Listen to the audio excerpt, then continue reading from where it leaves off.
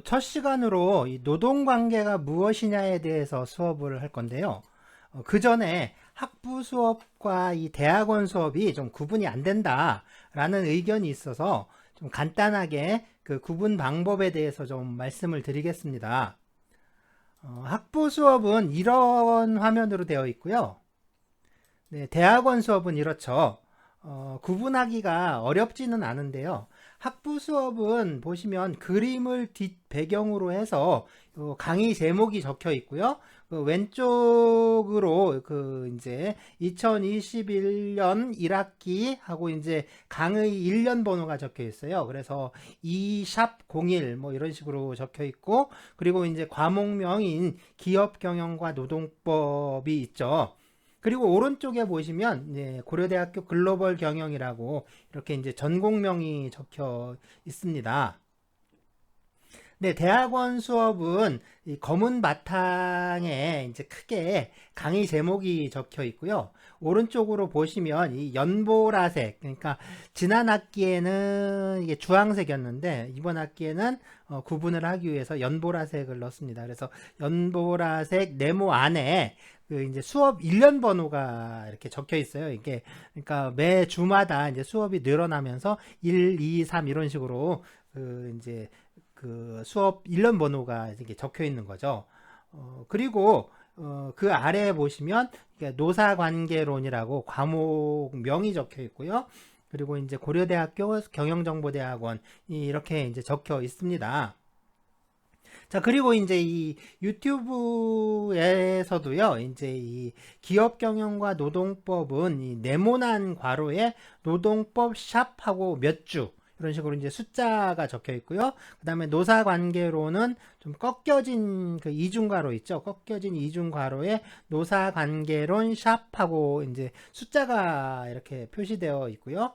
단톡방에서도 이제 제가 그 공지를 할 때 그 과목을 구분을 해야 할 때는 이 본문 앞에다가 그러니까 이제 네모난 괄호 안에 이제 과목명을 이렇게 적어주고 있습니다. 그래서 그 기업 경영과 노동법 같은 경우에는 그냥 노동법이라고 해서 공지를 하고요. 그 다음에 이제 대학원 과목인 노사관계론 같은 경우에는 노사관계론이라고 이렇게 표시를 해서 공지를 하고 있습니다. 그러니까 구분하기 그렇게 어렵진 않지요. 네, 본격적인 수업에 앞서서 지난주에 이 수업 운영과 관련해서 간단하게 설문조사를 했는데요. 먼저 수업의 중점적 목표를 어디에 두어야 할지, 네, 이걸 물었습니다. 그래서 노동법 지식의 습득이 58.2%로 가장 많이 나왔고요. 다음으로는 법률 분쟁의 해결 능력을 기르는 것, 이게 18.2%, 그리고 인문사회과학 전반에 대한 이해의 증진, 이게 12.7%, 그리고 법이론 체계에 대한 깊이 있는 이해, 이게 10.9%가 나왔습니다. 다음으로 강의의 내용에 대해서 질문을 했었는데요. 현실적 사례 중심의 케이스 스타디 형식의 강의, 그러니까 이제 그 사례 중심 강의가 49.1%, 생활법률이나 인문 사회과학 지식의 함양을 위한 폭넓은 주제의 강의가 30.9%, 마지막으로 노동법 이론에 관한 학술적 강의가 20%, 뭐 이렇게 나왔고요. 네, 수업 진행 방식은 정말 압도적이었는데요. 96.4%가 강의 중심의 진행 방식을 선호한다 라고 응답을 했습니다. 네, 자, 뭐 이게 이제 다수결로 무언가를 좀 결정하는 건 아니고요. 여러분들이 생각하고 또 희망하는 뭐 강의 주제나 스타일에 대해서 좀 알아본 거니까요. 네, 앞으로 수업을 하면서 이러한 그 설문 결과를 좀 많이 참작을 하고 또 이제 이런 것들을 많이 반영할 수 있도록 하겠습니다. 예, 그럼 이제 오늘 수업부터 좀 시작을 해 볼까요? 자, 설문조사에서 사례 중심의 강의가 우세했는데요. 그래서 사례 문제 하나를 좀 볼까 합니다. 자, 여기 진짜 이쁘고 아주 아름다운 친구가 한 명 있어요. 그래서 한미모 한다고 해서 이름도 한미모라고 하는데요. 탤런트를 좀 하고 싶어서 방송국의 그 탤런트 시험을 보러 다녔는데 이 이제 괜찮은 방송국에 그 뽑혔어요. 그래서 이제 이 괜찮은 방송국에 이제 괜찮은 사장하고 이제 탤런트 계약을 한 겁니다. 그러니까 전속 계약이죠. 그래서 전속 조건이 뭐냐면 전속 기간은 2년으로 하고요. 그동안 이 괜찮은 방송국에서 내보내는 드라마에 출연하는 거예요. 그리고 이 전속 기간 중에는 괜찮은 방송국에만 출연을 해야 되고 다른 방송국에 출연을 한다거나 뭐 다른 일을 하려면 이 괜찮은 사장한테 허락을 받아야 한다. 만일 허락을 안 받고 다른 일을 하면 위약금으로 20억을 물어낸다. 뭐 이렇게 이제 계약을 한 거죠. 그런데 방송국에서 이 공채로 뽑는 그 신인 탤런트들이 대부분 그 2년 안에 뜨기가 힘들죠. 그러니까 거의 뭐 이제 단역으로, 그러니까 엑스트라로 얼굴이나 조금씩 비치면서, 그러니까 무명 생활을 거치게 되는데, 대부분 이제 무명 생활을 하면서 보내게 되는데, 이 친구는 그러니까 나오자마자 그냥 팍 뜬 거예요. 그러니까 다른 방송국에서도 이 친구를 이제 데려가려고 서로 노리고 있는 거죠. 그런데 이제 이 전속 계약이니까 전속 기간이 있으니까 그 전속 기간이 끝날 때까지는 다른 방송국에 갈 수가 없잖아요. 그러니까 위약금을 물어주고 다른 방송국에서 데려가야 되는데 그게 좀 만만치가 않죠. 그러니까 이제 전속 기간 이제 끝날 때까지 기다리는 건데 그러다가 이제 전속 기간이 이제 끝나기 한 2달 전에 이 잘 나가는 방송국의 드라마에 이제 주연으로 이제 가버린 거예요. 주연으로 이제 발탁이 된 거죠. 그러면서 이제 괜찮은 방송국에서 자기를 키워주기로 했는데 뭐 안 키워졌다. 뭐 전속 기간도 2달만 있으면 이제 끝난다. 그러니까 괜찮은 방송국에서 뭐 차기 출연작도 뭐 정해지지 않았다.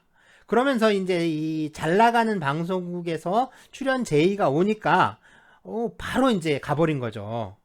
이제 그러니까 이 괜찮은 방송국에서 이제 열 받는 겁니다.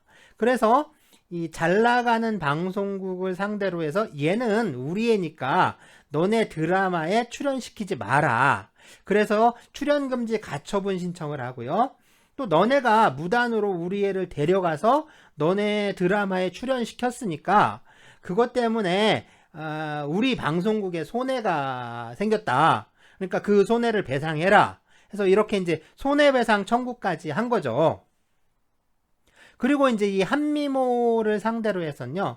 네가 전속계약 위반했으니까 위약금 20억 물어라. 그러니까 위약금 청구 소송을 낸 겁니다. 자, 여기서 뭐 출연금지 가처분 신청이라든가 뭐 손해배상 청구는 이 두 방송국에서 뭐 변호사를 사든 서로 협상을 하든 뭐 알아서 잘 해결하시라고 하고요. 우리는 이제 이 위약금 청구 소송만 보겠습니다. 이제 위약금 청구 소송만 보는 거예요. 자, 위약금 20억을 물어줘야 하느냐 하는 게 문제죠. 그러니까 전속기간 2년이 아직 안 끝났는데 다른 방송국에서 드라마 주연을 시켜주겠다. 자, 그러니까 이제 허락도 안 받고 휘리릭 가버린 거잖아요. 그러니까 전속 계약을 위반한 건 분명하죠. 문제는 계약을 위반했는데 이 20억의 위약금을 내야 하느냐 하는 거죠. 우리가 이 사례나 사건을 볼 때 가장 먼저 해야 할 일은요, 객관적으로 있는 그대로의 사실을 보는 거예요. 그러니까 사실이 뭐냐, 다시 말해서 팩트가 뭐냐라는 건데요. 이거를 사실관계를 확정한다라고 합니다. 이렇게 사실관계를 정확하게 확정한 후에 여기에다가 법이나 규범을 적용하는 거예요. 먼저 이 사례에서 사실관계는 좀 명확하죠. 그러니까 한미모와 괜찮은 방송국은 2년을 기간으로 하는 전속계약을 체결했다. 그런데 한미모가 전속기간이 끝나기 2달 전에 이 괜찮은 방송국의 승낙도 받지 않고 이 잘나가는 방송국의 드라마에 출연을 해서 전속계약을 어겼다. 이거잖아요. 그러면 이 사실관계에 적용할 규범이 또 뭐냐라는 거죠. 먼저 계약을 했잖아요. 그러니까 이제 계약의 내용이 이 사실관계에 적용할 수 있는 규범이 되겠죠. 그래서 계약 내용에 이 전속계약 위약금으로 20억을 정했으니까 이게 적용이 되겠죠. 그러면 한미모는 위약금으로 20억을 물어야 한다 라는 결론이 나오죠. 여기서 문제는 좀 간단하게 사실이 있고요. 이 사실에 그 규범을 적용한다. 뭐 이제 이렇게 이제 간단하게 끝날 문제가 아니죠. 그렇게 이게 간단하다면 문제를 낼 필요가 없는 거죠. 자, 이제 20억을 물어줘야 하느냐라는 이제 진짜 문제가 나오는 겁니다. 자, 어떨까요? 20억을 물어야 할까요? 아니면 물지 않아도 될까요? 이게 토론을 해보면 참 좋은데요. 상황상 어려우니까 이제 그냥 넘어가기로 하고요. 대부분의 사람들 보면요. 그러니까 이게 이제 전에도 수업 시간에 가끔 유사한 사례를 제시를 하면 학생들이 대부분 또 그렇게 말을 해요. 이 계약을 했으니까, 그죠? 계약을 했으니까 계약에서 정한 대로 위약금을 물어야 한다. 라고 이렇게 말을 합니다. 예, 그 중에 이제 몇몇은요, 이 20억이라는 금액이 너무 어마어마하니까 다 인정하기는 좀 그렇지 않느냐, 이게 좀 깎아줘야 되지 않겠느냐 라는 또 의견이 나오기도 해요. 자, 이런 것들을 보면, 그러니까 우리나라 사람들 보면요, 이게 대부분 상당히 좀 의사주의라든가 아니면 자유주의에 좀 치우쳐 있다라는 느낌이 들어요. 그러니까 개인의 의사나 이제 자유를 상당히 중시한다는 거죠. 그래서 개인의 자유로운 의사에 따라 약속을 했으니까 이건 반드시 지켜야 되는 거고, 지키지 않으면 거기에 대한 징벌을 받는 건 당연하다라고 생각을 하는 겁니다. 하지만 이렇게 쉽게 말할 수가 없는 거거든요. 그러니까 개인의 의사를 중시하는 이 의사주의에 따른다 하더라도요, 이 의사 형성에 완전한 자유란 게 있을 수는 없어요. 무엇보다 이 개인의 의사에 우선하는 공동체의 의사를 무시할 수가 없습니다. 자, 개인의 의사의 자유도요, 이 공동체의 의사가 정한 범위를 벗어날 수 없다라는 의미인데요. 궁극적으로 이 개인의 의사는 계약으로, 그 다음에 공동체의 의사는 법으로 표현이 됩니다. 그러니까 아무리 좀 자유롭게 계약을 하더라도 법이 정한 테두리를 벗어날 수 없다라는 의미가 되는 거죠. 다시 말해서 위약금으로 20억을 무는 것이 법의 질서에도 합당한가, 법이 추구하는 정의에 합치하는가 라는 물음에도 그렇다라고 답을 할 수가 있어야 하는 겁니다. 자, 먼저 이런 규정이 있는데요. 당사자는 채무 불이행에 관한 손해배상액을 예정할 수 있다. 민법 제398조 제1항의 규정인데요. 이 규정을 손해배상액의 예정이라고 합니다. 그러니까 채무 불이행이 나오는데, 이 채무 불이행이 뭐냐면 계약을 하잖아요. 그러면 이 계약을 체결한 당사자들은 계약의 내용대로 좀 따라야 할 법적인 의무가 생기는데, 네, 이 의무를 채무라고 하는데요. 만일 이 채무를 이행하지 않으면, 그러니까 다시 말해서 계약에서 정한 내용대로 하지 않는 걸 말하는 거죠. 이걸 계약 위반이라고 할 수가 있는데요. 이 계약 위반을 다른 말로는 채무 불이행이라고 합니다. 그러니까 채무 불이행은 계약을 어긴 걸 말하는 거죠. 그렇다면 채무를 이행하지 않으면 이제 어떻게 되느냐 하는 건데요. 채무를 이행하지 않은 채무자는 채권자에게 발생한 손해를 배상해줘야 합니다. 그런데 이 손해배상은 봐요, 계약을 하고 채무자가 계약에 위반해서 채무를 이행하지 않고 그래서 채권자에게 손해가 발생하고 그리고 나서 채권자가 채무자에게 손해배상을 청구를 해서 손해배상을 받게 되겠죠. 이게 좀 시간이 오래 걸리고요. 또 손해를 계산을 해서 배상 청구하고 이러는 게 상당히 좀 번거로워요. 그러니까 그러지 말고 아예 이제 계약을 할 때 계약을 어기면 그러니까 실제로 발생하는 손해가 얼마든지 뭐 그건 상관없이 그냥 손해배상 쪽으로 얼마를 주겠다라고 계약을 하자는 거예요. 그러면 실제로 계약을 어겼을 때 손해가 얼마가 발생하든 그것과 상관없이 그러니까 발생한 손해 액수와 상관없이 계약할 때 정해놓은 배상금을 딱 지급하고 딱 끝내자. 어때요? 상당히 간단하고 또 간편하겠죠. 그래서 채무 불이행이 생기면 그러니까 미리 정해놓은 금액을 배상금으로 지급을 하고 관계를 끝내는 거예요. 자, 이것을 손해배상액의 예정이라고 하고요. 또는 이제 위약약정 또는 위약예정이라고도 하는데요. 자, 이때 이 미리 정해놓는 이 손해배상액을 다른 말로 하면 이게 위약금이라고 합니다. 위약금. 그렇죠. 이제 위약이니까 계약을 어겼다는 뜻이고요. 위약금 하니까 계약을 어긴 데 대해서 지급하는 돈이다 라는 뜻이죠. 자, 위약금 또는 이 손해배상액을 미리 정해놓는 거 있죠. 이거는 민사계약에서는 아주 바람직하고 또 권장하는 사항입니다. 이렇게 미리 위약금을 정해 놓으면요, 나중에 계약을 위반했을 때 문제를 아주 간편하고 신속하게 처리할 수가 있어요. 그래서 뭐 누가 잘했네, 잘못했네, 뭐 손해가 얼마가 생겼네, 뭐 네 책임이네, 아니네, 뭐 이렇게 이제 싸울 필요가 없는 거예요. 그냥 손해가 얼마가 생겼든 상관없이 미리 정해놓은 돈 그냥 그거 주고 끝내버리는 거죠. 자, 이렇게 위약금을 정해 놓는 게 또 하나 좋은 점이 있는데요. 자, 위약금을 미리 정해 놓으면 이 계약을 어길 마음이 생기더라도 위약금 때문에 이 위약금이 무서워서 계약을 지킨다는 거예요. 그러니까 위약금은 심리적으로 이 계약 이행을 강제하는 역할을 하게 되죠. 다른 말로 하면 일종의 담보가 되는 겁니다. 자, 그렇다면 위약금이 항상 허용되고 또 권장되는 거냐? 자, 이런 규정도 있어요. 자, 사용자는 노동계약 불이행에 대한 위약금 또는 손해배상을 예정하는 계약을 체결할 수 없다.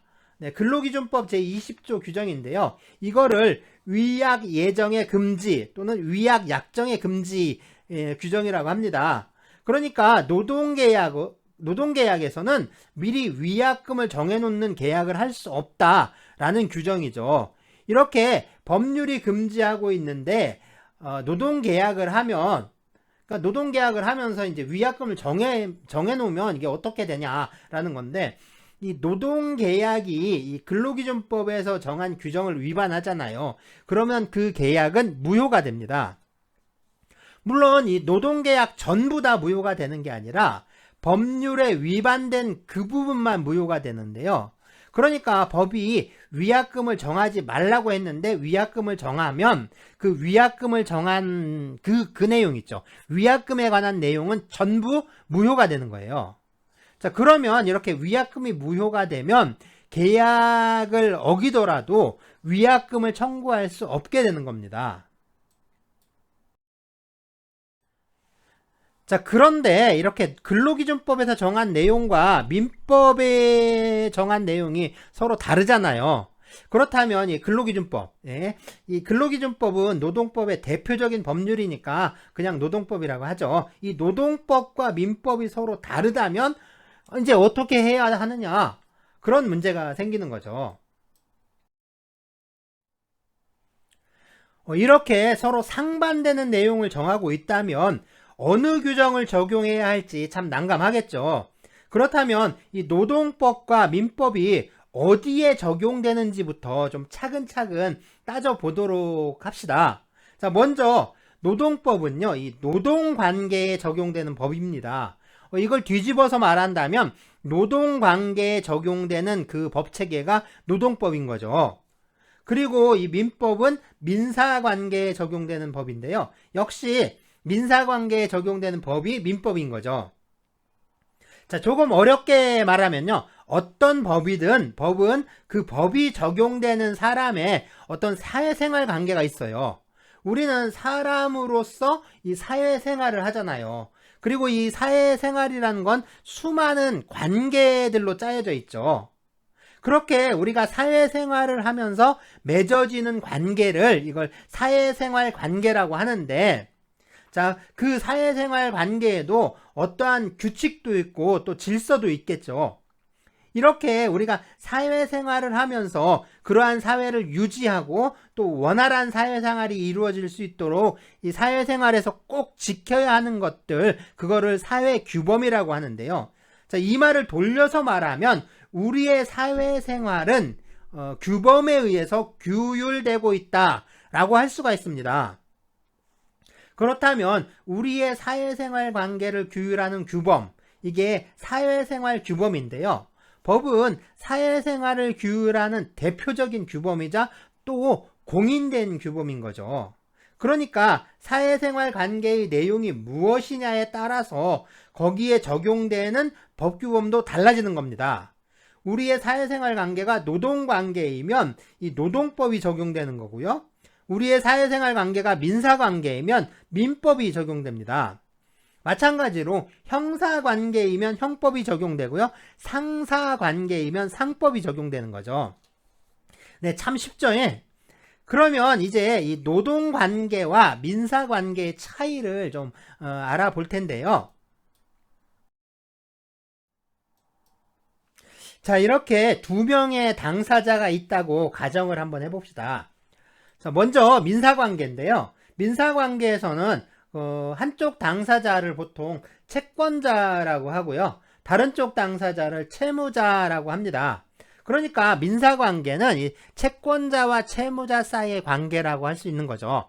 물론 이제 민사관계의 전부를 말하는 건 아니고요. 이게 민사관계의 전부는 아닙니다. 그러니까 민사관계에서 채권관계 또는 계약관계에 관한 내용인 거죠. 이 노동관계와 비교를 하기 위해서 민사관계의 가장 대표적이라고 할 수 있는 계약관계를 예로 든 것 뿐인데요.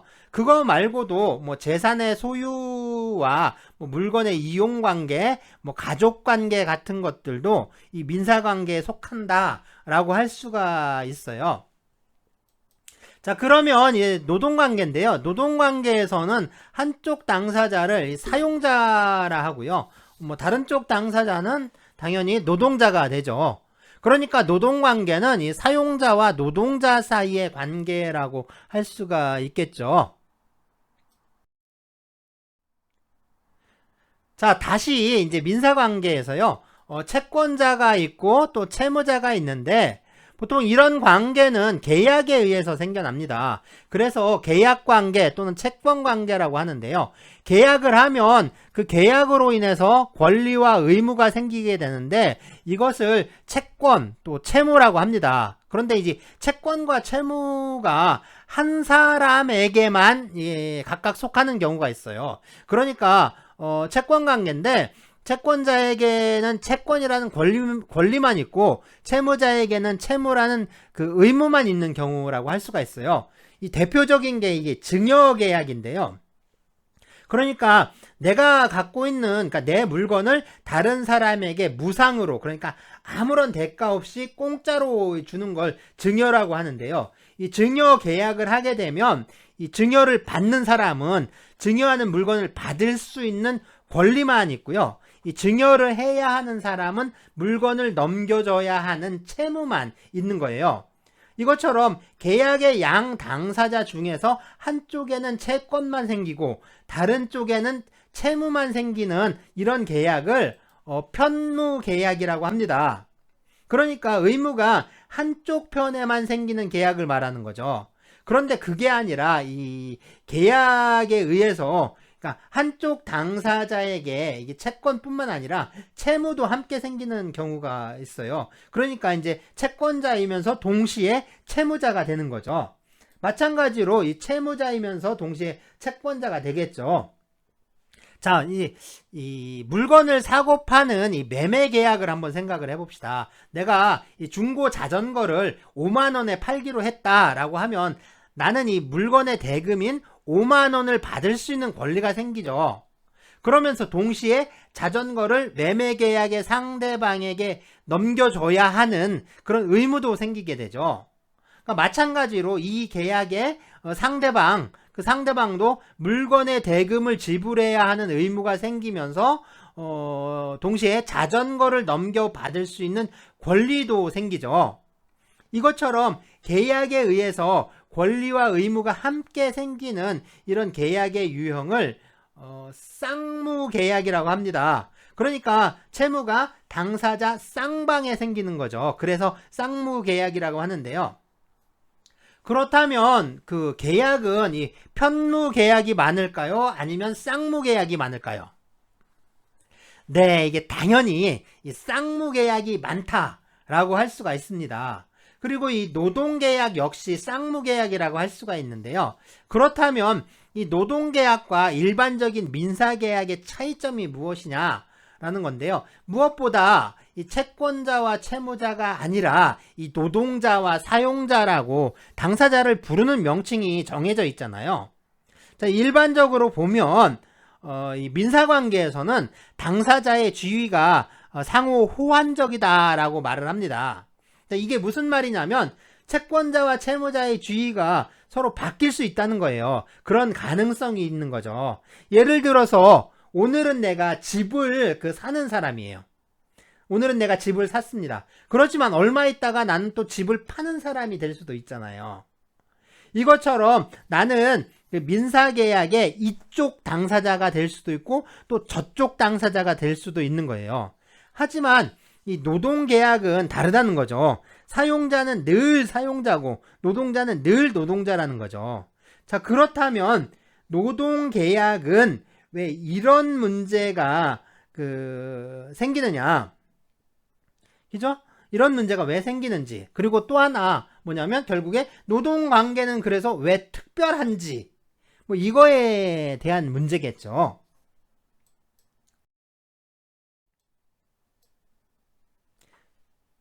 자, 뭔가 그려지고 있죠. 자, 계속 봅시다.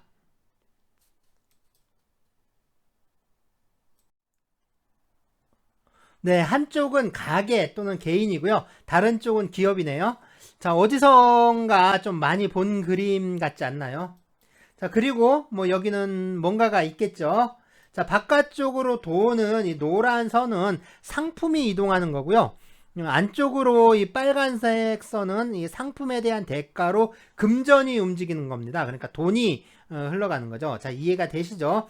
그래서 기업 쪽에서 가게나 개인으로 이동하는 아래쪽 노란 선을 이렇게 보시면 이거는 기업에서 생산하는 어떤 재화라든가 서비스가 이동하는 거겠죠.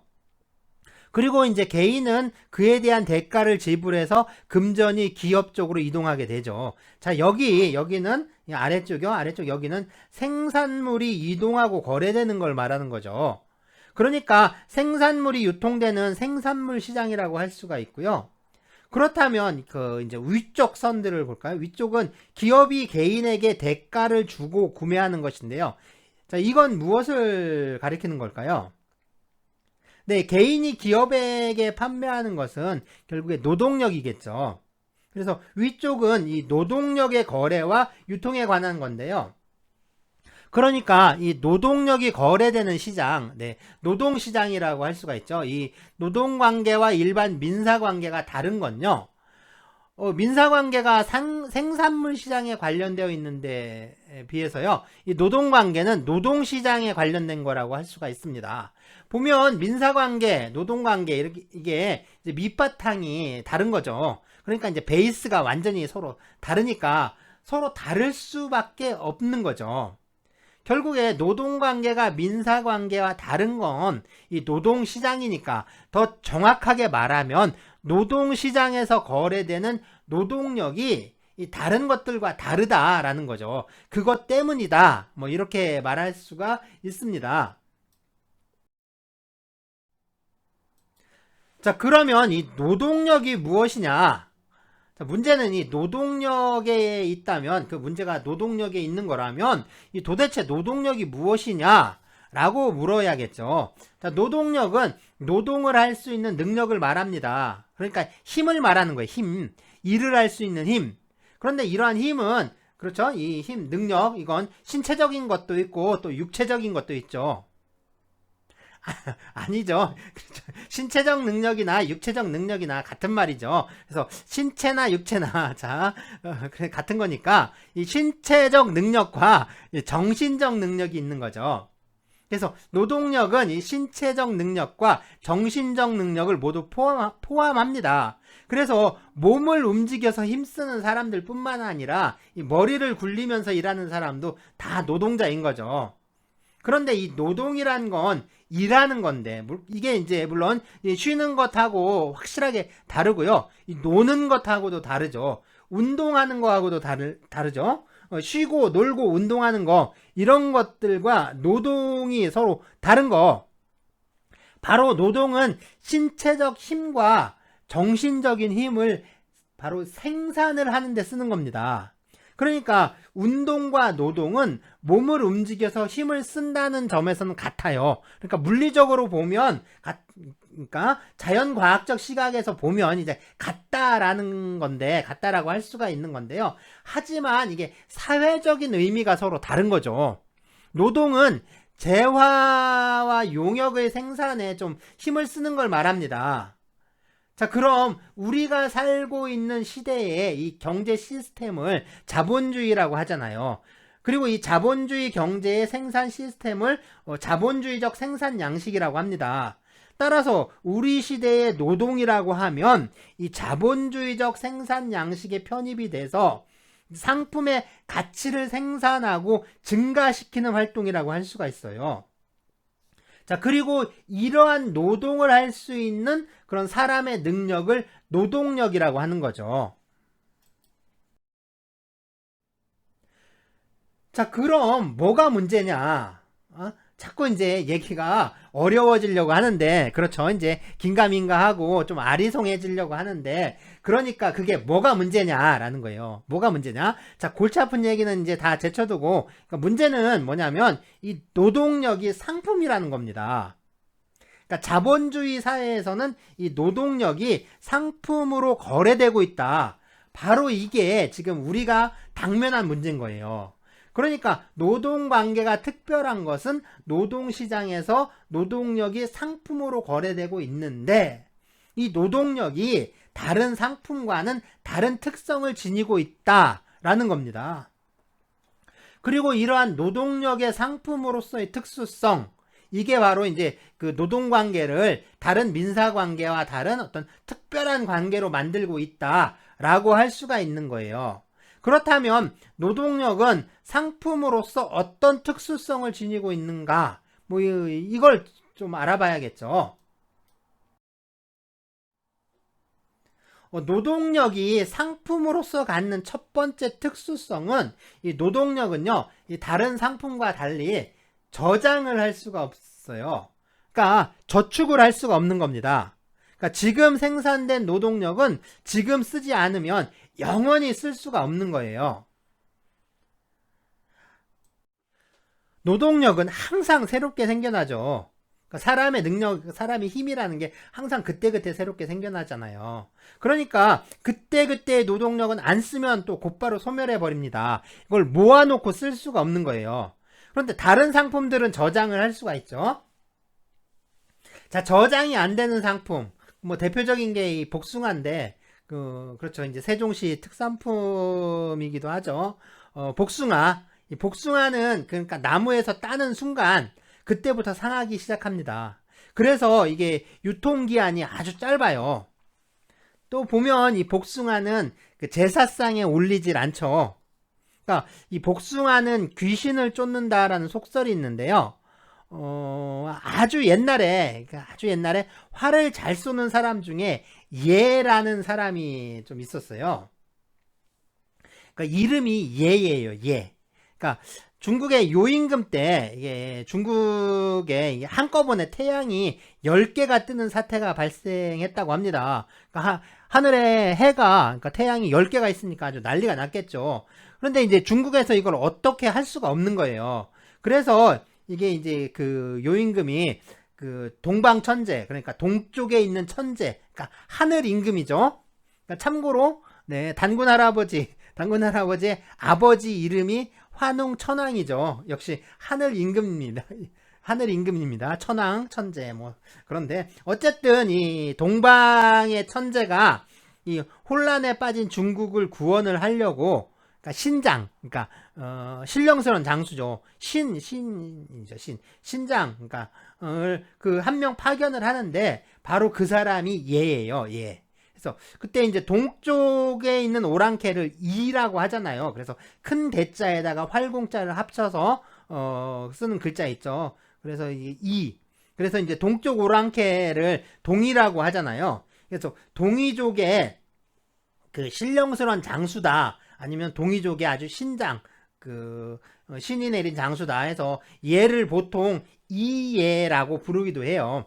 그러니까 예라고도 하고 이예라고도 부르는데, 이 그 얘가 중국에서 이제 중국에 가서 그 활을 쏴서 활로 그 중국의 어려움을 구해줍니다. 뭐 태양이 10개 있는 것뿐만 아니라 여러 가지 이제 좋은 일을 해서 중국으로 그 중국의 어려움들을 그 이렇게 해결을 해주는데, 이게 그 동방으로 돌아가질 못해요. 동방으로 돌아가지 못하고 그냥 중국 땅에서 눌러 앉아서 살게 되는데, 이 중국에서 이 제자들을 모아서 활쏘기를 가르칩니다.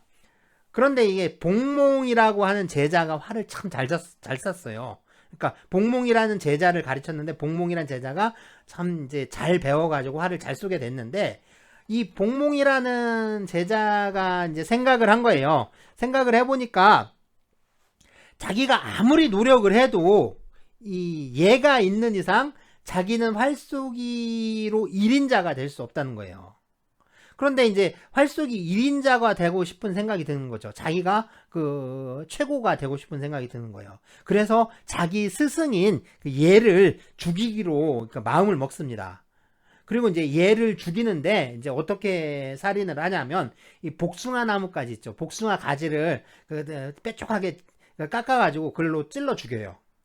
그래서 이제 얘가 죽거든요. 자, 그런 그 사연이 있어요. 그래서 이 동이족의 후예들 있죠. 동이족의 후예들은 복숭아를 제물로 쓰질 않는 거예요. 그러니까 제사상에 올리질 않는 거죠. 자, 뭐 이런 이야기가 있습니다. 그러니까 이런 이야기가 있는데, 이게 뭐 이야기가 그런 거고, 사실은 어쩌면 보면 복숭아가 너무 빨리 상하잖아요. 너무 빨리 상하니까 이게 제사상에 올리기로는 적당하지 않은 거거든요. 그러니까 제사가 봄에도 있고 가을에도 있고 겨울에도 있고, 그런데 여름철에만 올리는 과일을 쓰게 되면 봄이라든가 가을이라든가 겨울에는 그러니까 올리질 못하는 거잖아요. 그러니까 제사상에 올라가는 과일들 보면은, 그렇죠, 사과, 배, 밤, 대추, 감 다 오래 보관할 수가 있는 거잖아요. 그러니까 오래 보관할 수 있으니까 1년 내내 그러니까 제사상에 이제 변함없이 그러니까 올릴 수가 있는 건데, 그렇죠. 자, 이제 복숭아는 안 그렇다는 거예요. 복숭아는 좀 안 그런 거죠. 자, 요즘 딸기철인데요. 딸기도 참 오래 보관할 수가 없잖아요. 과일이라든가 채소들 보면 대부분 또 그렇죠. 그런데 자, 이제 생각을 해봅시다. 생각을 해보면 이런 상품들이 저장을 할 수 없다라는 게, 자, 시간이 지나면 상해서, 그러니까 썩어서 상품 가치가 떨어진다는 의미지, 이게 물리적으로 저장할 수 없다라는 건 아니죠. 뭐 형태가 바뀌더라도 저장이라는 걸 할 수 있습니다. 그냥 두면 돼요. 오래돼서 썩어서 문제지, 이게 저장을 할 수는 없는, 저장을 할 수는 있는 거죠. 하지만 노동력은 이게 안 된다는 거예요. 아예 물리적으로 이 저장이라든가 저축을 할 수가 없는 거죠. 자, 이 또 다른 특징은, 노동력은 그 노동력을 보유한 사람으로부터 분리할 수 없다는 건데요. 다른 상품들은 그 상품의 생산자나 소유자로부터 분리를 해서 상품만 단독으로 팔고 사고 유통하고 양도하고 그러잖아요. 그런데 노동력은 이 노동자로부터 분리를 해서 노동력만 거래할 수는 없잖아요. 자, 만약에 노동력을 노동자로부터 분리할 수 있다라고 생각을 해봅시다. 그럼 지금 여러분들은 열심히 이 노동법 강의를 들으면서 공부를 하고 있는데, 자, 생각해 봅시다. 여러분은 지금 공부하고 싶어요? 아니면 놀고 싶어요? 공부하는 게 좋아요? 아니면 노는 게 좋아요? 당연히 노는 게 좋겠죠. 그런데 왜 여러분은 그렇게 좋은 그 노는 걸 포기하고 공부를 하고 있냐? 이거죠.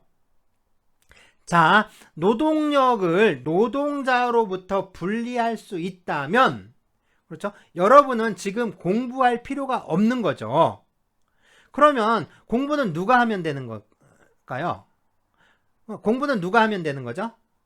그렇죠. 여러분은 공부할 필요 없이 그냥 즐거운 놀이를 한다거나 뭐 쉰다거나 산책을 한다거나 하면 되는 거죠. 그죠? 애인 만나서 영화 보러 가도 되고 공원에 놀러 가도 되고 아니면 그냥 그러니까 낮잠을 자도 되고 그런 거예요. 그리고 공부는 이 학습 능력에게 시키는 거죠. 그러니까 학습 능력만 따로 떼서 공부시키고 그 노동할 수 있는 능력만 따로 떼서 노동시키고 나는 뭐가 필요해요? 나는 노는 능력 있죠. 노는 능력. 놀이 능력만 가지고 놀러 다니면 되는 거잖아요. 자, 그게 안 되는 거죠.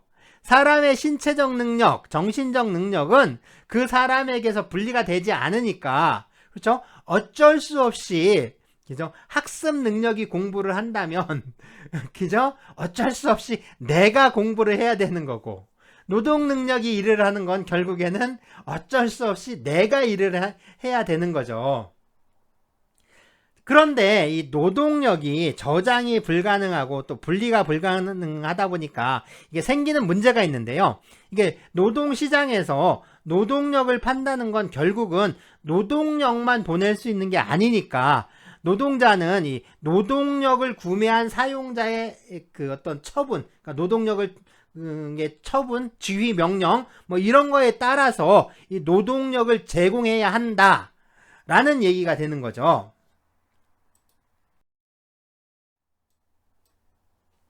자, 노동시장에서 노동력을 파는 사람은 뭐 계속해서 노동력을 팔 수밖에 없고요. 노동력을 사는 사람은 또 계속해서 노동력을 살 수가 있는 거죠. 그러니까 지위가 고정되어 버리는 겁니다.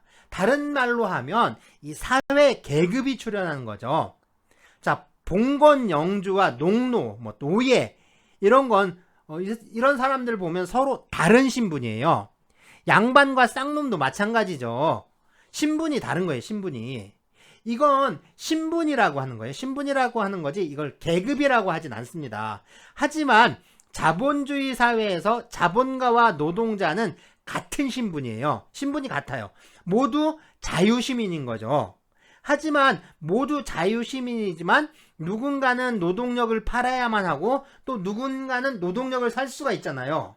바로 이건 신분이 아니라 계급이라고 하는 겁니다. 즉 자본주의 시스템이 새로운 계급을 만들어 버린 거예요. 바로 자본가 계급과 노동자 계급이죠. 이렇게 노동시장의 문제는 계급의 문제가 되니까 자, 이들의 사회적 지위가 고정돼 버리고요. 민사관계에서처럼 서로 호환적이지 않게 되는 겁니다. 그러다 보니까 이 불평등이라는 문제가 나타나는 거예요. 자, 그리고 보세요. 이 노동력을 산 사람은 자신이 구매한 노동력을 지배할 수가 있겠죠. 하지만 노동력은 노동자로부터 분리할 수가 없으니까 노동력을 지배할 수 있게 되면 결국은 노동자까지, 그러니까 그 사람까지 지배할 수 있게 되는 거예요. 이것처럼 노동력이 상품으로서 갖는 특징은 노동력을 사는 사람과 파는 사람이 서로 호환적이지 않고 고정되어 있다는 점, 그리고 그것 때문에 이 두 당사자 사이의 지위가 불평등하다는 점, 뭐 여기에 있습니다. 이게 이제 노동력이 갖는 대표적인 특징이 되는 거죠. 자본주의 생산 시스템에서 이 노동자들은 자신의 어떤 자유로운 의사가 아니라 사용자의 의사에 따라 노동에 종사하게 되는데요. 이것을 노동의 종속성 또는 종속노동이라고 합니다. 그러니까 반대말은 자유노동이겠죠.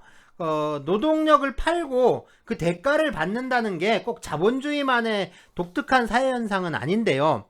하지만 이러한 노동시장이 경제생활의 근간이 된 건 자본주의 시스템만의 특성이기도 합니다. 그러니까 예전에도 일해주고 돈 받는 관계는 있었다는 거예요. 옛날에도 머슴이 있었죠. 이 머슴은 노비하고 다르죠. 그러니까 노비하고 달리 자유로운 신분이고, 그러니까 자유민이고, 또 주인과의 계약을 통해서 일을 하게 되는데요. 그리고 또 연봉 개념으로 세경을 받잖아요. 그러니까 이 임금, 그러니까 보수를 받는 겁니다. 그렇지만 사회적으로 볼 때 이거는 좀 특수한 계층의 문제였지 이게 보편적인 생산 구조에 속했던 건 아니거든요. 하지만 그 자본주의 시스템은 이 자본가들이 다른 사람의 노동력을 구매를 해서 이것을 생산에 투입을 하고 그것을 통해서 얻은 생산물을 시장에 유통시켜서 그래서 이윤을 획득하는 그런 구조죠. 자, 그러다 보니까 이 다량의 그 자유계약 노동자들이 필요했던 겁니다. 자, 노예 해방이나 뭐 농노 해방이 일어났던 거, 이거는 노예나 농노의 처지를 불쌍하게 생각했던 어떤 그런 자비심 때문에 생긴 게 아니죠. 이거는 뭐냐면 자본주의적 생산 양식이 확대가 되고, 자, 보편적인 구조, 사회 구조로 이게 자리를 잡으면서 공장 노동에 투입할 그런 노동력을 가진 자유민들이 필요했던 거예요. 그래서 예속된 신분으로 이 신분 제도에 의해서 노동에 종사하던 노예와 농노들을 해방을 시켜서 자유민으로 만들고 이 자유민들의 노동력을 자본가가 구매하게 되었던 거죠.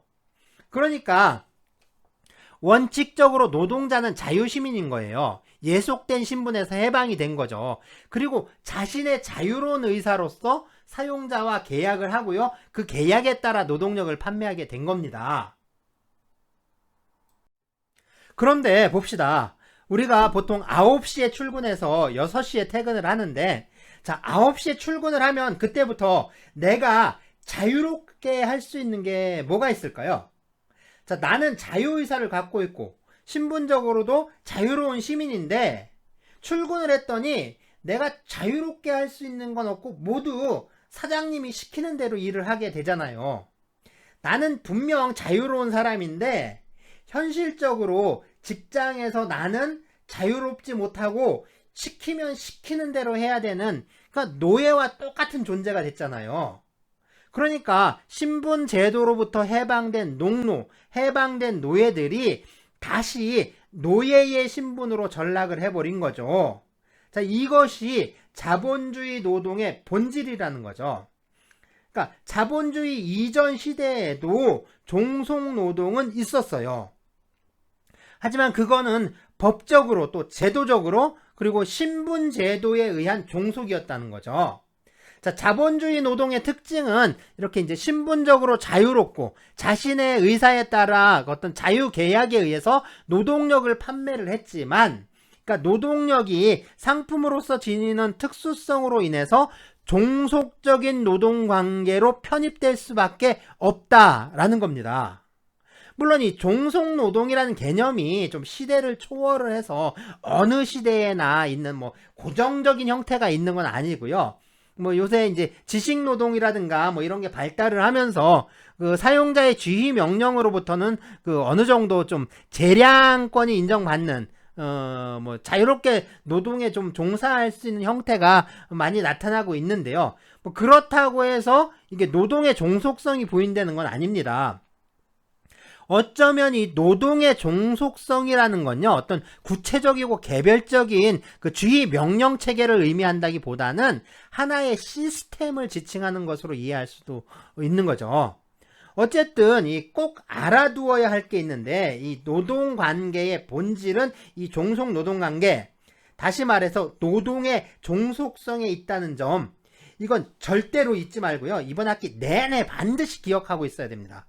자, 뭐라고요? 뭐라고 했죠? 자, 노동관계의 본질은 이 노동의 종속성 또는 종속 노동관계에 있다. 그리고 노동법은 이러한 종속 노동관계를 규율하는 법이다. 네, 이거 잊지 말고 꼭 기억해야 합니다. 노동법은 시민법 원리를 수정한다. 이런 말들을 많이 하는데요. 시민법. 그러니까 줄여서 이게 민법이라고 하는데, 원래 노동관계도 뭐 크게 보면 이게 민사관계에 속해요. 그러니까 노동계약에 의해서 발생하는 노동계약관계라는 거죠.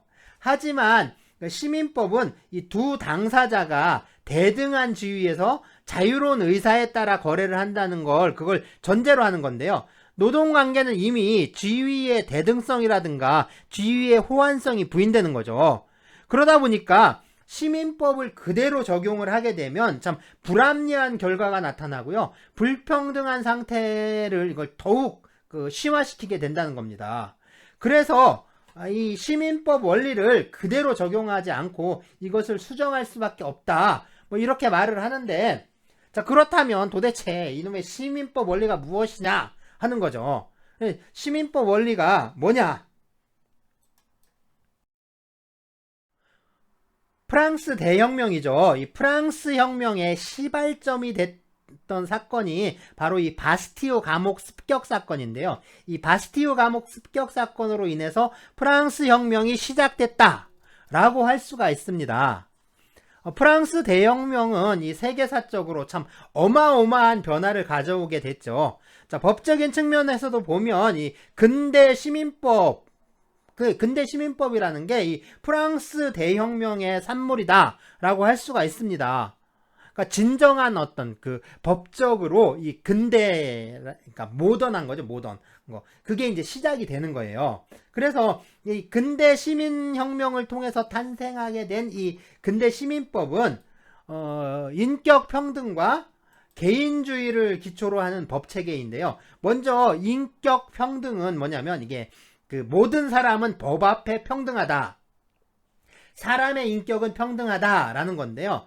이건 사람의 권리는 태어날 때부터 하늘에서 부여받았다라고 하는 이 천부인권 사상의 당연한 귀결이라고 할 수가 있습니다.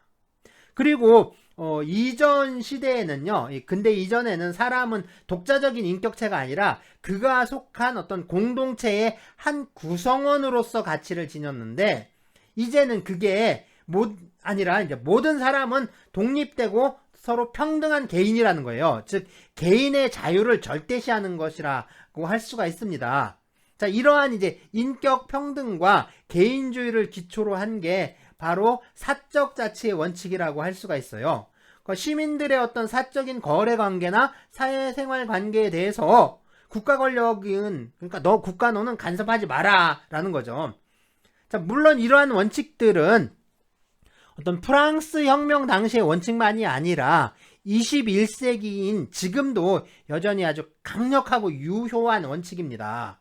자, 사적 자치의 원칙은 여전히 우리 이제 민사관계의 기본 원칙이에요. 그래서 인격 평등과 개인주의 역시 이러한 사적 자치를 떠받치고 있는 가장 중요한 어떤 기둥이라고 할 수가 있습니다. 사실 이게 우리 시스템을 유지해주고 있는 가장 이제 근간이 되는 거죠.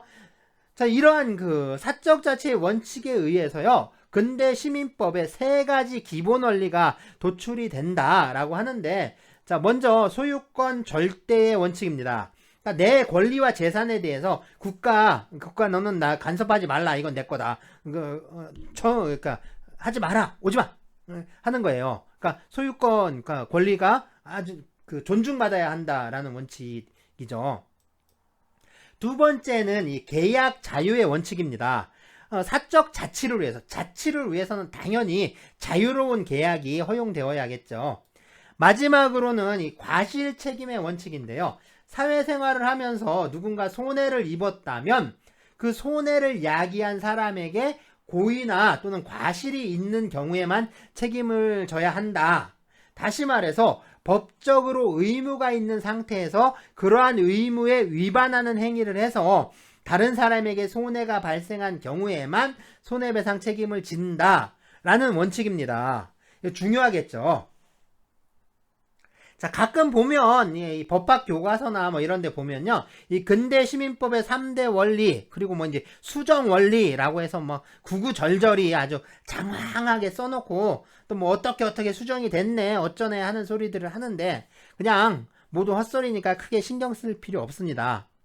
자, 뭐 이제 소유권 절대의 원칙이 뭐 소유권 공공의 원칙으로, 뭐 계약 자유의 원칙이 계약 공정의 원칙, 과실 책임이 무과실 책임의 원칙으로 뭐 수정이 됐네 어쩌네 뭐 이런 소리를 하는데 이거 말짱 그냥 다 헛소리예요. 자, 이런 소리를 하던 게 이런 이론 체계를 만들어낸 게 군국주의 파시즘 시대에 만들어낸 거예요. 그러니까 법학자란 사람들이 이 파쇼 정권에 아부하기 위해서 만들어낸 게 이 3대 뭐 원리 수정 원리라는 겁니다. 원래 이 시민법 원리라는 건요, 이게 법적인 뭐 이론이라든가 원리 원칙 체계가 아니라 이 시민혁명의 주도 세력이었던 부르주아 계급이 구체제, 그러니까 봉건 지배 계급을 타도하기 위해서 동원했던 정치 이데올로기에 불과해요. 그러니까 이념적인 거예요, 이념. 그러니까 시민혁명이 이제 성공을 했습니다. 그래서 오래전에 낡은 구체제가 붕괴됐잖아요. 그러니까 프랑스에서 그 루이 16세와 마리 앙뚜아네트의 목을 단두대서 댕강 잘랐잖아요. 그러니까 이미 이제 그걸로 구체제는 무너져 버린 거예요. 그러니까 이 구체제를 타도하기 위해서 내세웠던 정치 이데올로기는 그냥 뭐 일종의 역사적 유물이라고 할 수밖에 없는 겁니다. 어쨌든 뭐 이런 게 시민법 원리고요. 이러한 시민법 원리를 그대로 적용할 수 없다. 그러니까 다시 말해서 노동법은 그러니까 시민법으로부터 독립한 독자적인 이론 체계와 구조를 갖추고 있다. 뭐 이렇게 이해를 하면 됩니다.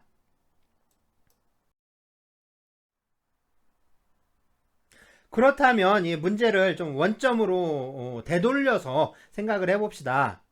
한미모 양은 그 위약금 20억을 물어야 하느냐, 아니면 물지 않아도 되느냐. 이 질문은 한미모 양이 괜찮은 방송국 사장하고 전속계약을 했는데 이 전속계약이 민사계약이냐 아니면 노동계약이냐에 따라서, 그래서 민법을 적용할 거냐 아니면 노동법을 적용할 거냐가 정해지겠죠. 그래서 민법이 적용이 된다면 채무불이행에 대한 어떤 그 손해배상액을 예정한 것으로서 정당한 그 내용이 되는 거지만, 노동법이 적용된다면 위약 예정 금지의 원칙이 적용이 되니까 위약금 규정은, 그러니까 위약금에 관한 내용은 무효가 되는 거죠.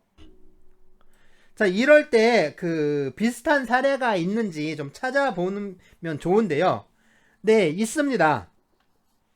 전속계약에 관한 대법원 판결이 몇 건이 있는데 이 중에 그 방송국 악단 있죠. 밴드라고 해야 되나요? 뭐 이제 밴드보다 좀 규모가 큰 그 악기 연주자 그룹 있잖아요. 자, 이 악단에 근무하다가 정년 퇴직한 사람들의 어떤 퇴직금에 관한 1997년 판결이 있는데요. 뭐 자세한 내용은 뭐 나중에 기회가 되면 하기로 하고요.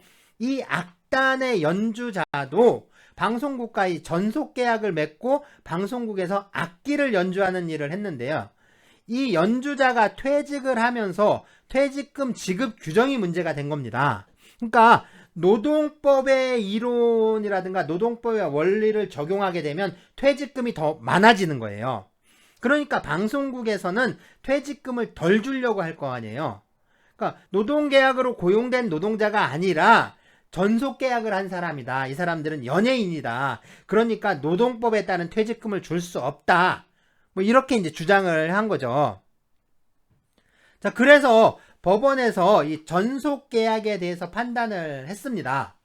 그러니까 먼저 전속계약이란 건 일정한 예능적인 활동을 그 노무로 제공하는 사람이 특정한 사업주에게 전속하는 계약인데, 자, 이러한 전속계약은요, 다른 곳에 노무 제공을 하는 것이 일체 인정되지 않는, 그러니까 완전 전속 계약. 그러니까 다른 곳에서는 절대로 돈벌이로 연주할 수가 없는 거예요. 사업주의 허락을 받은 경우에만 다른 곳에 노무를 제공할 수 있는 준전속 계약. 그러니까 다른 곳에서도 연주할 수 있는데, 그러니까 돈벌이로 연주할 수 있는데 사업주의 허락을 받은 경우에만 할 수 있다라는 거죠. 사업주로부터 노무 제공의 요청이 있으면 반드시 노무 제공을 하지 않으면 안 되는 관계. 다시 말해서 사업주의 사업에 지장이 없다면 다른 곳에서도 연주를 해서 돈벌이를 할 수 있다라는 거죠. 자, 이러한 그 내용의 계약이 우선 전속 계약이고요. 자, 우선 전속 계약은 그러니까 다른 데에서도 자유롭게 그 연주를 할 수 있고 돈벌이를 할 수 있는데, 그 이제 사업주가 우리 방송국 방송에 출연해라 하면 그때는 무조건 출연해야 한다는 거죠. 이게 우선 전속 계약이고요. 마지막으로 일정한 계약 기간 내에 어떤 제공해야 할 노무 제공의 횟수를 특약으로 정해놓는 횟수 전속 계약. 그러니까 이건 그 어떤 기간 내에 뭐 한 달이면 한 달, 뭐 1년이면 1년, 그 기간을 딱 정해놓고 그 기간 안에 몇 번 출연해라 라는 거죠. 그러니까 요즘 드라마 촬영 같은 경우가 그렇잖아요. 그래서 뭐 이제 한 6개월이면 6개월에 그러니까 50회 분량 출연한다 뭐 이런 식으로 그렇게 이제 계약하는 거. 요게 이제 횟수 전속 계약인데요. 그러니까 전속 계약을 이렇게 완전 전속 계약, 준전속 계약, 우선 전속 계약, 횟수 전속 계약으로 이렇게 분류를 하는 거예요. 여기서 이 우선 전속 계약이라든가 횟수 전속 계약 같은 건 그러니까 출연 계약이라고도 불러요. 출연 계약이라고도 하는데, 이런 경우에는 그죠? 종속 노동 관계라고 보기에는 좀 그렇죠? 무리가 있겠죠. 하지만 이 완전 전속 계약이라든가 준 전속 계약은 성질상 보면 다른 곳에는 아예 출연을 할 수 없다거나 사업주의 허락을 먼저 받아야만 출연을 할 수 있으니까, 자, 이런 경우에는 종속적인 관계에 있다라고 할 수가 있겠죠. 그렇다면 이 노동법에 적용을 받는 이 노동자냐 아니냐, 이런 문제가 생기는데, 과연 이게 누가 노동자인가 하는 문제입니다. 자, 누가 노동자일까요? 자, 영화의 한 장면인데요. 선장과 선원이라고 할 수가 있습니다. 그럼 누가 노동자이고 누가 사용자일까요? 자, 이 질문에는 약간의 함정이 있는데요. 선장과 선원의 관계에서 누가 노동자인가라는 질문과, 자, 그런 관계를 떠나서 선장과 선원은 노동자인가, 다시 말해서 선장은 노동자인가 또 선원은 노동자인가, 이런 질문, 이 질문은 서로 다른 질문입니다. 물론 답도 달라지는 거죠. 그러니까 여러분들도 이거 잘 생각을 해야 돼요. 선장은 노동자일까요? 아니면 사용자일까요? 또 선원은 노동자일까요? 아닐까요? 이게 잘 생각해 봐야 돼요. 잘 생각해 봐야 합니다. 자, 이 문제에 대해서는 제가 이제 생각하는 문제로 남겨놓겠습니다. 그러니까 여러분이 저한테 답이 뭐예요? 물어봐도 이제 이거 안 알려줄 거예요. 알려주지 않습니다. 그렇지만 꼭 생각해 봐야 돼요. 정답은 의외로 쉬워요. 자, 그러면 노동자인지 아닌지를 판단하는 방법인데요. 대법원은 여러 가지 요소들을 좀 종합적으로 고려를 해서 판단해야 한다. 그렇게 말합니다. 그러니까 노동자인지 판단하는 요소들이 좀 많은데요.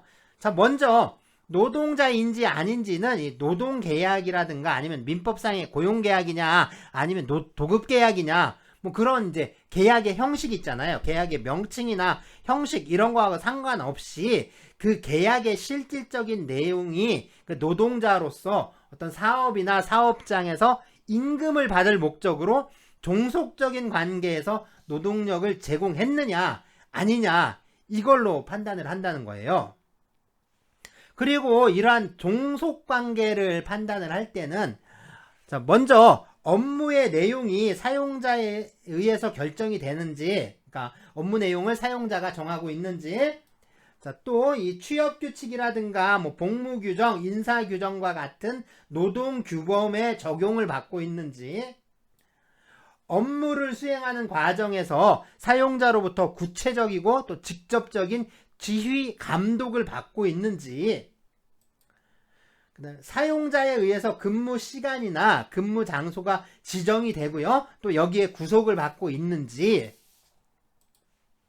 자, 노동자가 스스로 다른 제3자를 고용을 해서 자기 업무를 대행하게 할 수 있는 그런 업무의 대체성이 인정되는지, 자, 비품이나 원자재 또는 작업 도구와 같은 업무용 물품을 누가 소유하고 있는지, 자, 지급받는 보수가 노동에 대한 대가로서의 성격을 갖고 있는지, 자, 그리고 기본급이나 고정급이 정해져 있는지, 예, 그리고 근로소득세, 네, 갑근세라고 하죠. 갑종 근로소득세를 원천징수하고 있는지, 자, 노무 제공 관계의 계속성이라든가 또는 사용자에 대한 어떤 전속성이 있는지 없는지, 그리고 그러한 계속성이나 전속성의 정도는 어느 정도인지, 사회보장에 관한 법령이나 다른 법령에 의해서 노동자로서의 지위를 인정해야 하는지, 자, 마지막으로요, 양 당사자의 경제적 조건과 사회적 조건, 이런 것들을 종합적으로 고려를 해서 판단을 해야 한다라고 하고 있습니다. 자, 대법원 판결을 보면요, 이렇게 12가지 판단 기준을 좀 제시를 하면서 이것을 좀 종합적으로 고려를 해서 노동의 종속성이 있는지, 다시 말해서 노동자인지 아닌지 이걸 판단한다 라고 합니다. 자, 12가지 기준인데 뭐 지금 이거 굳이 뭐 외우실 필요는 없어요. 뭐 나중에 그 노동자성 문제에서 이 문제가 나오는데 그때 가서 생각을 하시면 됩니다. 여기서는 그냥 이런 게 있구나 하고 넘어가면 되겠죠. 자, 그렇다면 앞에서 본 그 악단의 연주자는 노동자일까요? 아닐까요? 자, 노동자라면 이 노동법이 적용되겠죠. 법원은 이 악단의 연주자들이 그러니까 방송국의 악단원으로 입사를 한 후에 자신들의 의사에 따라 독립적으로 연주하는 그 연주라는 노무를 제공한 게 아니라 방송국의 구체적인 출연 지시에 따라서 방송 출연을 한 것이다. 자, 이렇게 봤습니다. 그리고 출근이나 퇴근, 또 복무나 어떤 행정적인 사항에 대해서 방송국의 직접적인 지휘, 감독을 받아왔다는 점, 뭐 이것도 들었고요. 또 출퇴근 시간이 일정하지 않고, 그렇죠. 연예인들 보면 출퇴근 시간이 정해져 있지 않잖아요. 그래서 일정하지 않고 방송국의 승인을 받으면 다른 곳에 또 출연할 수 있기도 한데, 그러니까 이건 그 지휘 종속 관계에 있지 않느냐, 종속 관계에 있지 않지 않느냐, 뭐 이런 주장을 그 방송국에서 했는데 법원은 여기다 그렇게 말한 거예요. 이런 것들은요, 연주라는 특수한 노무를 제공하는 그런 악단원의 업무의 특성에 기인한 것이다. 이렇게 본 거예요. 그러니까 이 자체가 그 노동자냐 아니냐를 그 노동자가 아니다라고 말할 수 있는 게 아니라 이건 단지 이 사람들의 업무 특성상 그런 것에 불과하다라고 본 겁니다. 또 이 방송국에서는 필요할 때마다 이제 수시로 그리고 일방적으로 또 어떤 프로그램이라든가 어떤 사업에 악단원을 출연하라고 지시를 할 수가 있었고요. 이런 경우에 악단원들은 그런 지시에 따라야 할 의무를 부담한 거죠. 자, 이건 악단원의 연주 노동력의 처분에 대해서 방송국이 지휘 명령의 권능을 가지고 있었던 것이라고 할 수밖에 없다라고 했습니다. 네, 그리고 악단원들은 방송국으로부터 노무를 제공한 대가로 매월 정해진 기준에 의해서 기본급을 받고요. 또 수당, 상여금 이런 것들을 지급을 받았습니다. 또 방송국도요, 이 악단원들을 노동자로 봐서 매월 이 갑종 근로소득세를 원천 징수를 해서 세무서에 납부를 해 왔다는 거예요. 그러니까 이 악단원들이 방송국에 노무를 제공하는 과정이나 실태, 보수에 관한 사항, 그리고 노무 제공의 계속성이라든가 종속성, 이런 것들을 살펴보면 이 악단원들은 방송국에 대해서 사용 종속 관계에 있는 노동자들이다 라고 할 수 있다 라고 판결을 한 겁니다. 그러니까 악단원들의 전속계약은 결국에 이 실질에 있어서는 노동계약이고, 이들의 전속계약 관계는 노동관계이다. 그러니까 노동법이 적용된다, 이런 결론이 나온 거예요. 자, 이 시점에서 우리가 박수 한번 쳐줘야 될 것 같지 않아요? 자, 그렇다면 이 노동법이 적용되는 노동관계에 대해서 조금만 더 알아보겠습니다. 자, 여기 한 사람의 노동자가 있고요, 또 한 사람의 사용자가 있습니다. 그리고 이제 한 사람의 노동자가 아니라 집단으로서의 노동자가 있겠죠. 노동자 집단입니다. 자, 이렇게 노동관계를요, 한 사람의 노동자와 또 한 사람의 사용자와의 관계를 중심으로 고찰을 할 때 우리는 이걸 개별적 노동관계라고 부르는데요. 그러니까 개별적 노동자와 개별적 사용자와의 관계를 말하는 겁니다. 자, 이러한 개별적 노동관계에 관한 그 법 규범으로는요, 헌법 제32조가 있고요, 또 개별적 노동관계를 규율하는 가장 일반적이고 기본적인 법률은 바로 근로기준법이라고 할 수가 있습니다. 그리고 이렇게 그 한 사람의 사용자와 그 사용자와 노동관계를 맺고 있는 노동자 집단과의 관계를 상정할 수 있는데요, 이러한 관계를 보통 집단적 노동관계라고 부르고 있어요. 이러한 집단적 노동관계는 헌법 제33조 헌법 제33조 노동 3권과요, 이 노동조합법에 의해서 규율되고 있습니다.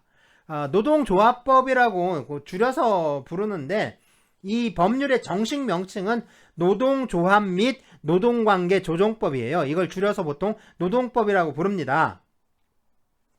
자, 이번 학기 노동법, 그러니까 기업경영과 노동법이죠. 이 학부의 노동법 수업은 이 근로기준법이 중심이 되는 거고요. 그러니까 근로기준법만 한다는 게 아니라 근로기준법이 중심이 된다라는 거고요. 대학원 과목인 이 노사관계론, 이 노사관계라고 하면 보통 이 집단적 노동관계를 말하거든요. 그래서 이 대학원 과목인 이 노사관계론은 결국에 이 노동조합법이 중심이 된다라고 할 수가 있습니다. 거의 이 노동조합법만 다루게 될 것 같아요.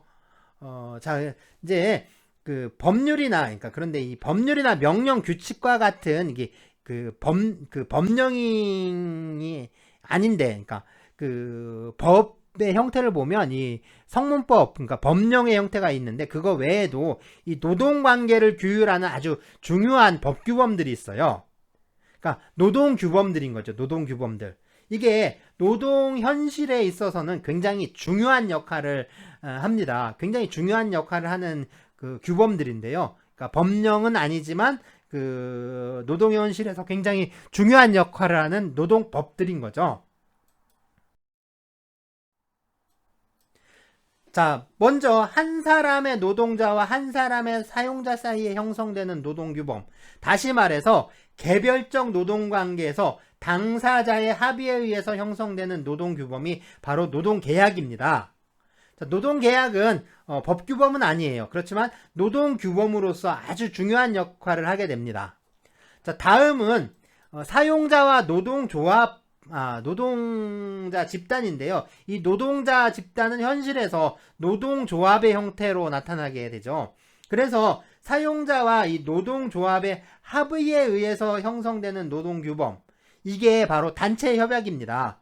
그리고 이 단체협약은 당사자 사이의 어떤 합의에 형성되는 협약, 다시 말해서 계약이에요. 계약이지만 이건 동시에 법으로서의 성격을 갖습니다. 그러니까 단체 협약의 법적인 성질은 계약이 아니라 법규범이란 뜻이 돼요. 이건 굉장히 중요한 문제입니다. 그리고 꼭 알아두셔야 해요. 단체 협약은 성질상 법규범이다. 그러니까 법이다 라는 겁니다. 다시 말씀드리지만 이거 정말 중요합니다. 수업을 떠나서 이거 현실에 있어서도 굉장히 중요합니다. 자, 그리고요. 이 사용자가 일방적으로 정하는 규범이 있는데 역시 성격은 법규범입니다.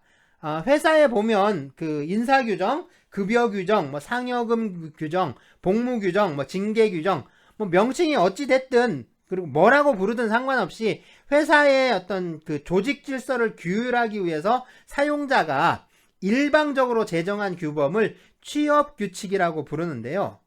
요즘은 아예 회사에서 이 취업규칙이라는 명칭으로 만들어 놓기도 합니다. 하지만 이 명칭이 중요한 건 아니고요. 중요한 점은 사용자가 일방적으로 제정한다는 점이고 또 이것이 노동관계를 규율하는 규범이라는 점입니다.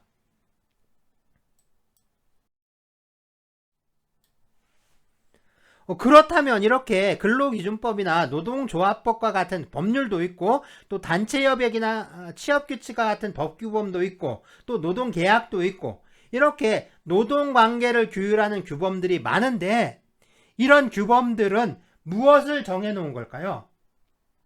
그러니까 법이면 법, 협약이면 협약, 규칙이면 규칙 뭐 이런 것들이 무슨 그 내용이 있을 거 아니에요. 내용이. 자, 그러니까 이것들이 정하고 있는 게 도대체 뭐냐라는 거예요. 도대체 뭘 정하고 있는 거냐? 자, 이러한 규범들이 정하고 있는 건 바로 이 노동 조건입니다. 그러니까 노동자가 노동력을 제공하는 과정에서의 여러 조건들에 관한 내용이에요. 뭐 임금이라든가 뭐 퇴직금이나 연금, 뭐 노동 시간, 휴식, 노동의 장소, 근무 형태, 복지 제도, 뭐 고용의 형태, 뭐 또는 뭐 승진이나 승급, 기업의 질서 유지를 위한 뭐 규율이라든가 징계, 뭐 상당히 많아요. 사실상 노동법에 관한 수업은 결국에 이 노동 조건에 관한 내용이다 라고 해도 지나친 말은 아닌 거죠. 말이 전혀 이제 지나치지가 않습니다. 사실상 노동 조건에 관한 내용인 거죠.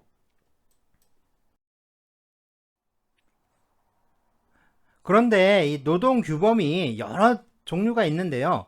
그러니까 어떤 노동 조건에 대해서 이러한 규범 체계들이 다 다르다. 이런 경우에는 그럼 무엇을 적용해야 되느냐? 그러니까 법률이 있고 뭐 명령이 있고 그다음에 뭐 노동 계약이 있고 단체 협약이 있고 취업 규칙이 있는데 이게 다 서로 내용이 다른 거예요.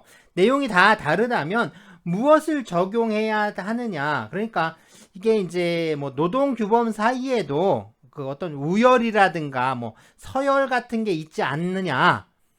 물론 이제 당연히 있습니다. 당연히 있는데요. 자, 먼저 이 법령이에요. 그렇죠. 노동법 규범에서 가장 중요한 건 이 법령이겠죠. 자, 이 법령에는 헌법 제32조 그리고 제33조 이게 두 규정이 있는데 이 노동에 관한 헌법 규정이다 보니까 이 둘을 노동헌법이라고도 불러요. 이렇게 이제 노동헌법이 있고요. 또 이제 근로기준법과 이 노동조합법과 같은 국회에서 제정한 법률이 있습니다. 그리고 이 법률의 시행령, 뭐 시행규칙과 같은 이 명령 규칙들이 있고요. 경우에 따라서는 지방자치단체에서 제정하는 조례라든가 뭐 규칙도 있어요. 자, 이러한 성문법들을 법령이라고 할 수가 있습니다. 그리고 다음으로는요. 이 단체 협약이 있어요. 이건 사용자와 노동자의 합의에 의해서 형성되는 노동규범이라고 했죠. 그리고 사용자에 의해서 일방적으로 제정되는 취업규칙이 있고요. 자, 마지막으로 이 노동계약이 있습니다. 보시면 이렇게 순서적으로 배열이 되어 있는데요. 이 순서가 바로 이 노동규범의 우선순위를 말하는 거예요. 그래서 왼쪽으로 갈수록 더 효력이 센 거죠. 그리고 이 왼쪽으로 갈수록 상위법이라고 하고요. 오른쪽으로 갈수록 하위법이라고 합니다. 그래서 하위법은 상위법에 저촉되면 안 돼요. 그러니까 어길 수가 없는 거죠. 하위법은 상위법을 어길 수가 없어요. 그 하위법은 상위법을 따라야 되고요. 상위법의 내용에 반하는 하위법은 효력을 상실하게 됩니다. 그러니까 무효가 되는 거예요. 자, 이거를 상위법 우선의 원칙이라고 하는데요. 이게 노동법만의 원칙이 아니라 일반적인 법 원칙이에요. 그러니까 어느 법 체계에서나 통하는 원칙인 거죠. 이 상위법 우선의 원칙. 그런데요, 이 노동법의 영역에서는 이 상위법 우선의 원칙에 대한 그 예외가 존재합니다. 아주 중요한 거예요. 참 오늘 중요하다고 강조하는 거 참 많은데요. 이거 역시 정말 중요합니다. 그러니까 이건 꼭 알고 있어야 돼요. 이건 이번 학기 수업 끝날 때까지 잊어먹으면 안 돼요. 그러니까 어쩌면 이 수업을 떠나서 여러분들이 이제 깊은 산속이나 뭐 무인도 같은 데 들어가서 진짜 자연인으로 살 게 아니라면 이 경제 생활을 하려면 이건 꼭 알고 있어야 하는 내용이기도 합니다. 자, 이 상위법 우선의 원칙에 대한 이 노동법 영역에서의 예외는 바로 이 유리한 조건 우선의 원칙입니다. 그러니까 이게 뭐냐면 하나의 사실에 적용할 수 있는 여러 개의 노동 규범이 있을 때 상위법 우선의 원칙은 상위법이 적용되고 하위법은 적용되지 않는다. 그러니까 상위법은 하위법의 적용을 배척하는 거죠. 이런 원칙이었는데요. 유리한 조건 우선의 원칙은 상위법이 아니라, 그러니까 상위법이냐 하위법이냐 이런 거 상관없이 노동자에게 가장 유리한 조건이 적용되고 그거보다 불리한 조건을 정한 규범은 배척된다라는 원칙입니다. 그러니까 하위법이라도 그게 노동자에게 더 유리하다면 이 상위법을 무시하고 하위법이 적용되는 거예요. 자, 다시 한번 강조하지만 이 유리한 조건 우선의 원칙, 이거 아주 중요합니다. 이거 꼭 기억해야 합니다. 당연히 시험에도 당연히 자주 나오겠죠. 이거 중요한 문제예요.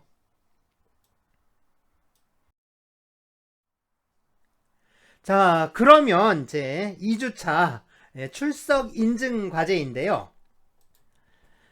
자, 보통 이제 줄여서 갑근세라고 많이 부르죠. 갑종근로소득세. 네, 갑종근로소득세입니다. 네, 이거 월급에서 보통 공제하고 나오잖아요. 그러니까 회사에서 월급 줄 때 이 갑근세와 주민세를 미리 떼서 회사에서 세무서에 납부를 하는 거예요. 세금을 납부하는 거죠. 자, 이것을 원천징수라고 하는데요. 자, 문제입니다. 2021년 3월 9일 2주차 출석 인증 과제입니다. 네, 갑종근로소득세를 원천징수한다 라는 사실만으로, 그러니까 노동자인지 아닌지를 섣부르게 판단하면 안 되는 이유가 무엇이냐라는 질문입니다.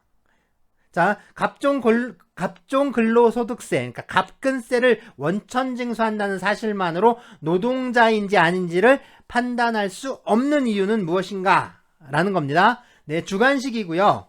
간단하게, 너무 많이 쓰면 안 돼요. 간단하게 한 5줄 정도 나오게 잘 요약해서 논리적으로 적어주시면 되는데요. 뭐 내용을 좀 잘 정리해서 너무 길지도 않고 또 너무 짧지도 않게 작성을 잘 해야 되겠죠.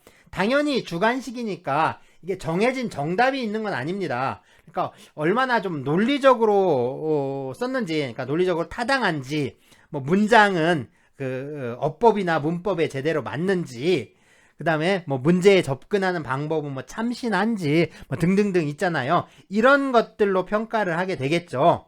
자, 과제 제출이 종료가 되면 나중에 따로 이 공개적인 과제 평가의 시간을 갖을 생각인데요. 그러니까 여러분들이 제출하는 출석 과제는 공개될 수 있어요. 물론 이제 학번이라든가 인적 사항이 공개되는 건 아니고요. 이 과제에 대한 평가를 위해서 내용만, 여러분이 작성한 내용만 공개할 수가 있습니다. 물론 모든 과제를 다 공개하는 건 아니고 그죠?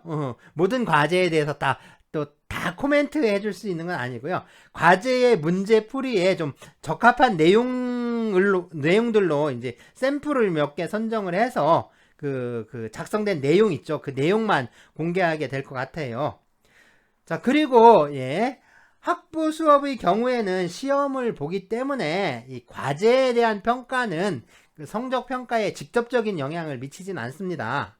그러니까 성적은 객관식 시험을 위주로 평가하는 거죠. 그러니까 출석 과제는 이건 부차적인 거예요. 그러니까 출석 인증 과제 자체가 이제 성적을 좌우할 수 있는 그런 건 아니지만 그래도 어쨌든 성적에 그 간접적인 그리고 부수적인 영향을 미치긴 합니다.